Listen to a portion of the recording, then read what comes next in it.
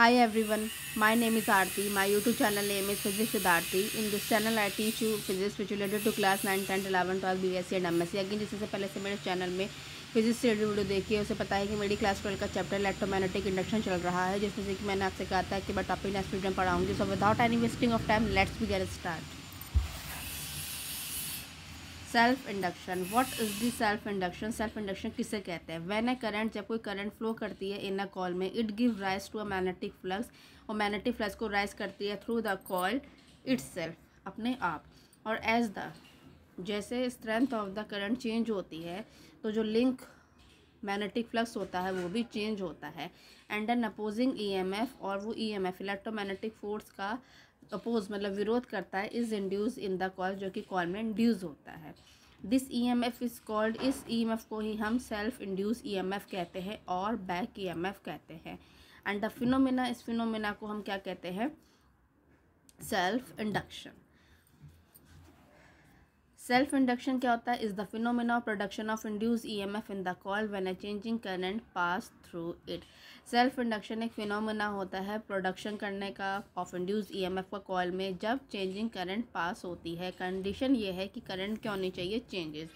अब देखो, figure A show a battery and a tapping switch connected in series to a coil.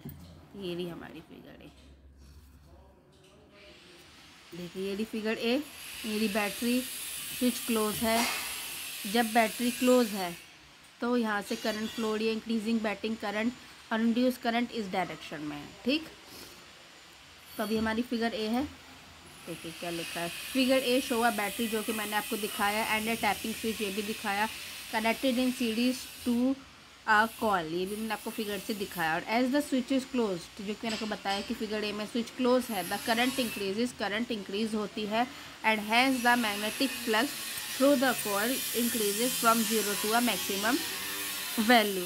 और जो magnetic flux होता है थ्रू द कॉइल से, वो इंक्रीज होता है from 0 to a maximum value. And hence, या कहिए एंड द इंड्यूस करंट, और हैंस द इंड्यूस करंट जो फ्लो होती है in the opposite direction of the battery current, जो कि मैंने आपको भी दिखाया भी फिगर ए से, कि बैटरी करंट की डायरेक्शन इस तरफ है और इंड्यूस करंट की डायरेक्शन इस तरफ है, तो ये इसका अपोज करती है. ठीक, इन फिगर बी में, अब फिगर बी में देखिए, फिगर बी में हमने क्या किया है? फिगर बी में हमने स्विच को ओपन करा है. ये रहा फिगर बी में स्विच को ओपन किया है. ये रही बैटरी, ये रहा हमारा डिक्रीजिंग बैटरी करंट, और ये इंड्यूस करंट. ठीक, फिगर बी किसको बताती है? फिगर बी हमारा एक ओपन स्विच को बता रहा है. फिर इसके बाद हमारा यहाँ पे आ गया कि in figure B as the tapping switch is open, जो कि अपनी फिगर से देखा, the current and hence the magnetic flux through the coil decreases, जो कि आपको मैंने फिगर में दिखाया, from a maximum value to a 0. क्यों? क्योंकि हमारा यहाँ पे स्विच क्या है? ओपन है. एंड द इंड्यूस करंट जो फ्लो हो रही है वो उसी डायरेक्शन में है as that of battery current, जो कि आपने अभी फिगर बी में भी देखा कि दोनों की डायरेक्शन क्या है? सेम है. ये रही हमारी बैटरी करंट की डायरेक्शन, और ये रही हमारी इंड्यूस करंट की डायरेक्शन. दोनों की डायरेक्शन क्या है? सेम है. और स्विच क्या है? ओपन है फिगर बी में. ठीक, तो ये हुआ हमारा सेल्फ इंडक्शन. अब हमसे कोफिशिएंट ऑफ सेल्फ इंडक्शन पूछा जाता है कि what is the coefficient of self induction, की सेल्फ इंडक्शन का कोफिशिएंट आपका क्या होता है? एट एनी इंस्टेंट, किसी भी समय जो मैग्नेटिक फ्लक्स होता है जिसे हम साई से रिप्रेजेंट करते हैं. ठीक है, जो मैग्नेटिक फ्लक्स होता है जिसे हम साई से रिप्रेजेंट करते हैं विद अ कॉइल में, वो क्या होता है? इस proportional to the current through I, वो प्रोपोर्शनल टू होता है करंट आई के. तो किसी भी स्टैंड में मैग्नेटिक फ्लक्स जो होता है किसी प्रोपोर्शनल टू होता है साई के. तो psi proportional to I, proportionality के साइन हटाएंगे L. L is the constant है फॉर अ गिवन कॉइल के लिए, और इस एल को ही हम क्या कहते हैं? सेल्फ इंडक्शन, सेल्फ इंडक्टेंस, और द मोर ऑफन सिंपली हम इसे इंडक्टेंस भी कहते हैं. It is also called coefficient of self induction, इसे हम कोफिशिएंट ऑफ सेल्फ इंडक्शन भी कहते हैं. Any change in the current setup an induce EMF in the coil given by, जो भी कोई भी चेंज होता है करंट में, वो इंड्यूस ईएमएफ को सेटअप करता है इन द कॉइल में. ये क्या है हमारा? Induce EMF. ये क्या है? Rate of change of flux, और माइनस का साइन. यहाँ पे हमने साई की वैल्यू यहाँ से लगाई, तो क्या आई हमारी? L I. एल आ गया यहाँ पे, और आई यहाँ पे आ गया. Equation number 2, equation number 1. ठीक। If in equation 1 i is equals to 1 then psi is equals to L, जो कि मैंने आपको दिखाया। दस हम कह सकते हैं जो सेल्फ इंडक्टेंस होता है किसी भी कॉल का is numerically equal to the magnetic flux, है ना। देखो psi is equals to L with the coil when a unit current I is equals to 1 unit current flow through it. ठीक। अब हम सेकंड इक्वेशन में देखते हैं कि if in equation second if D I over D T is equals to 1 then E is equals to minus के L. मतलब thus the self inductance of a coil may be defined as the induced EMF set up in the coil। देखो E is equals to minus के L due to a unit rate of change of current through it, di over dt rate of change of current। ठीक। अब हम पढ़ते हैं कि unit क्या होगी, सेल्फ इंडक्टेंस की यूनिट क्या होगी।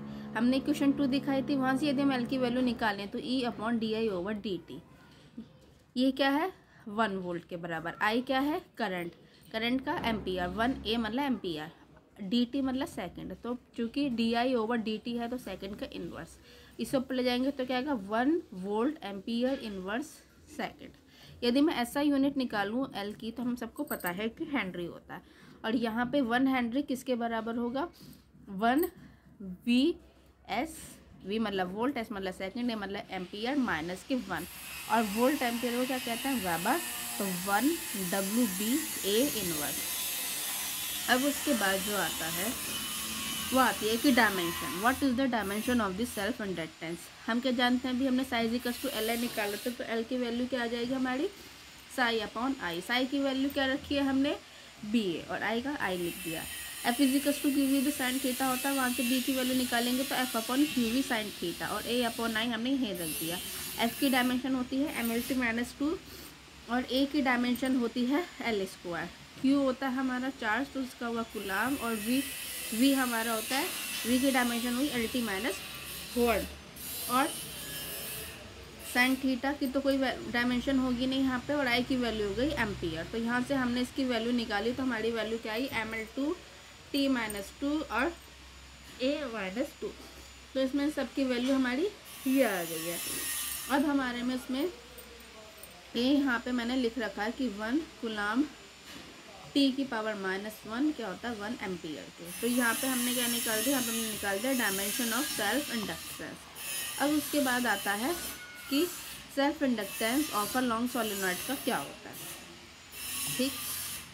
कंसीडरिंग लॉन्ग सोलेनॉइड, हम एक लॉन्ग सोलेनॉइड मानते हैं, उसकी लेंथ L है, रेडियस R है। हम ये मान रहे हैं कि L की वैल्यू बड़ी है रेडियस R से, और having N turn per unit length है, N क्या है स्मॉल है, per turn per unit length. और if a current I flow through the coil, यदि करंट I फ्लो हो रही है थ्रू द कॉल में, देन जो magnetic field inside the coil is almost constant and is given by B is equals to mu not Ni, that is the formula.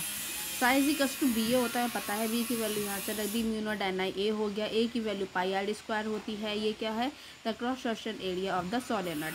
यहाँ से यदि मैं निकालूँ कि magnetic flux link with the entire solenoid क्या होगा, equal to flux linked with each turn multiply total number of turn. अब यहाँ से मैं इसकी वैल्यू निकालने की कोशिश करती हूँ तो मेरी साई की वैल्यू आती है mu not NiA multiply NL, और जब मैं इसे करूँगी तो mu not N square LAI हो जाएगा, और साई की वैल्यू LI, I से I कट गया, L की वैल्यू ये निकल गई mu not N square LA। Capital N क्या होता है, is the total number of turn in the solenoid, then small n is equals to क्या हो गया N upon L, and so mu की वैल्यू क्या आ गई mu not N square A upon L।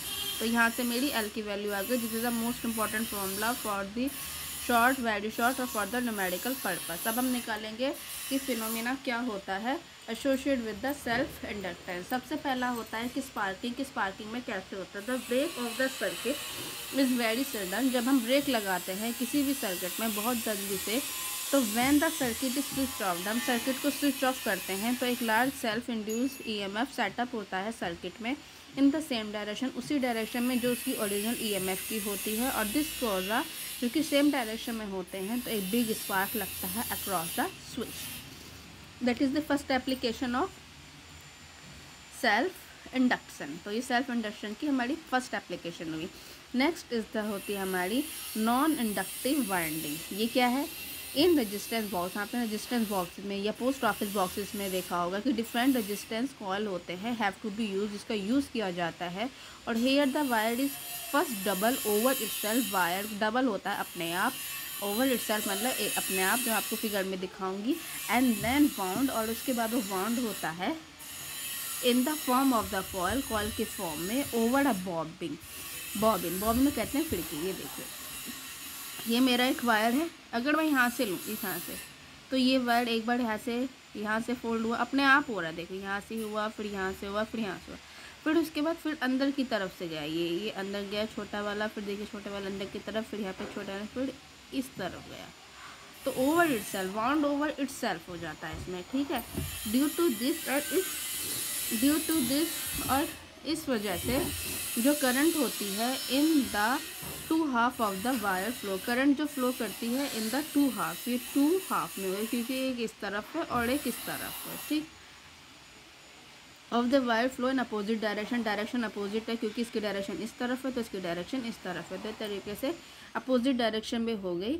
और the inductive effect of the two half of the wire being in opposite direction, तो ये opposite direction में हो, जैसे कि मैंने दिखाया, कैन कैंसिल ईच अदर, और एक दूसरे क्या कर दिया उन्होंने, कैंसिल कर दिया डायरेक्शन, कैंसिल ईच अदर, और जो नेट सेल्फ इंडक्टेंस हुआ ऑफ द कॉयल का क्या हो गया, मिनिमम हो गया, क्योंकि उसने कैंसिल कर दिया।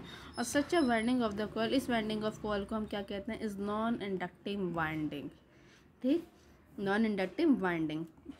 और जो रेजिस्टेंस और कॉयल है उनके पास कोई भी सेल्फ इंडक्टेंस नहीं हुआ, एंड आर कॉल्ड, हम उसे कह सकते हैं नॉन इंडक्टिव रेजिस्टेंस। तो ये हमारी सेकंड फिनोमिना हो गई एसोसिएटेड विद सेल्फ इंडक्टेंस का, क्या हुआ, नॉन इंडक्टिव रेजिस्टेंस, या कहिए नॉन इंडक्टिव वाइंडिंग। तो नेक्स्ट वीडियो में हम पढ़ेंगे म्यूचुअल इंडक्टेंस, कि what is the mutual inductance या इंडक्शन, एक ही बात है। तो अगेन मैंने जितना भी आपको अब तक पढ़ा दिया, उस रिलेटेड में कोई भी डाउट पूछना हो तो आप कमेंट बॉक्स में कमेंट कर सकते हैं। मेरी 100% कोशिश रहेगी कि मैं आपकी प्रॉब्लम का सॉल्यूशन कर सकूं जो फिजिक्स से रिलेटेड है। 12th क्लास के स्टूडेंट तो सुन ही रहे हैं, इसके अलावा 9th 10th 11th BSc MSc के स्टूडेंट को फिजिक्स से रिलेटेड कोई भी टॉपिक पूछना हो तो भी कमेंट बॉक्स पे कमेंट कर सकते हैं। मेरी 100% कोशिश रहेगी कि उनकी प्रॉब्लम का सॉल्यूशन कर सकूँ जो फिजिक्स से रिलेटेड है। Again please subscribe my YouTube channel which name physics with Aarti, क्योंकि आप किसी भी चीज़ को कितना भी समझ लीजिए, लास्ट पेपर में आपको नोट्स लिखने होते हैं जो कि एग्जाम के पर्पज से मोस्ट इंपॉर्टेंट होते हैं, और उसी से ही हमारी डिवीजन बनती है। So for examination purpose notes are most important. So please subscribe my YouTube channel which name है फिजिक्स विद्यार्थी, क्योंकि आप यदि मेरे चैनल को सब्सक्राइब करेंगे तो मुझे मोटिवेशन मिलेगा, और मैं ऐसी ही नोट्स आपको प्रोवाइड कराती रहूँगी, because notes are most important and also share with your friend, ताकि उनको भी आपकी तरह नोट्स प्रोवाइड हो सकें। So please subscribe my YouTube channel which name is physics Vidyarthi. Next video में मिलते हैं म्यूचुअल इंडक्टेंस, या फिर कहिए mutual induction. Okay student, bye.